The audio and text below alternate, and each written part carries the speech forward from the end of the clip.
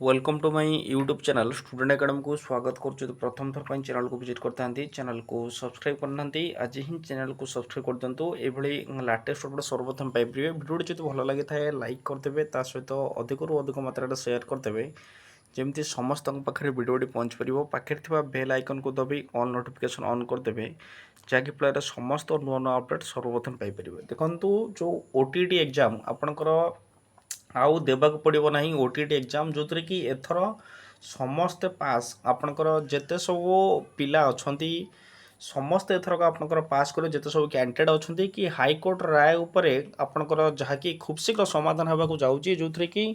आउ ओटीटी दबाक पड़ोनी। आप जानते बोर्ड ऑफ सेकेंडरी एजुकेशन दुईटी ओटीटी आपंकर बाहर गोटे एस ओटीटी आ गोटे आपंकर एफ ओटीटी। जदि कहवा जो एफ ओटीटा फ्रेशर पिला आपंकर दि जाऊँगी। एस ओटीटी रे आपंकर जानते जो मैंने इन सर्विस माने से माने एग्जाम दौरान कि से प्रमोशन कारण आगुरी से जो रही से ओटीटी आपंकर विदाउट ओटीटी से रिक्रुटमेंट पाई। बर्तमान जो देखा जो ओटीटी निहाती भाव में जो ओटीटी जो बाहर एस ओटीटी जो बाहर से हाईकोर्ट पाखे आपंकर केस होता जो केसर कि समाधान ये आप देखिपे कि शिक्षकों ओटीटी बाध्यतामूलक जो मामला जो विचाराधीन चली जहाँकि 28 सब मामलार एकत्र शुणी हम आपंकर 28 तारिख दिन जना पड़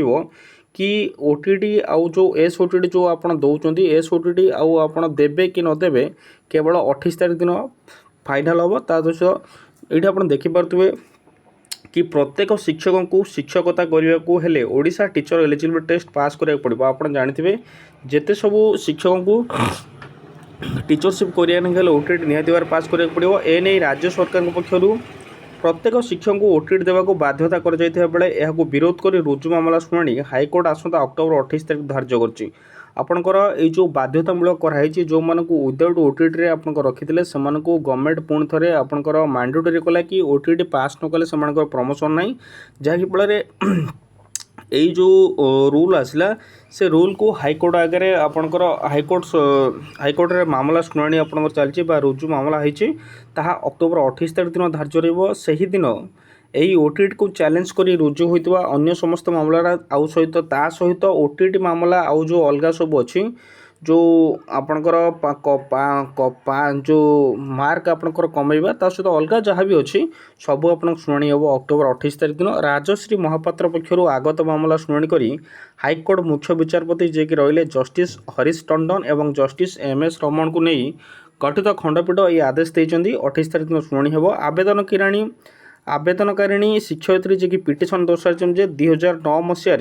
यही आईन आसला जो थे आपंकर कहगला 2009 कथा आपंकर लिखाई कि नूतन शिक्षक नियुक्ति क्षेत्र में ओटीटी को बाध्यतामूलक आपंकर 2009 मसीह आपंकर कहुई कि जो देखा जड़े ओटीटी पास कर से शिक्षकता करें ना किंतु निकट में एक विधेयक अणागला प्रत्येक शिक्षक लगे ओटीटी बाध्यतामूलक कराई आगुरी आपंकर 2009 पर जहाँ भी आपंकर जो थी कि जड़े जो ओटीटी पास न कर भी आपंकर टीचरशिप आपंकर से करें किंतु पर जो विधेयक आसला जो नुआ बिल आइला कि ओटीटी बाध्यतामूलक करागला जो थी कि जो मैंने 2009 मसीह आईन आसवा पूर्व शिक्षकता कर जो मानकर आईन सीना आपंकर एवं आसला कि 2009 मसीह जो मैंने मसीह जो मैंने शिक्षकता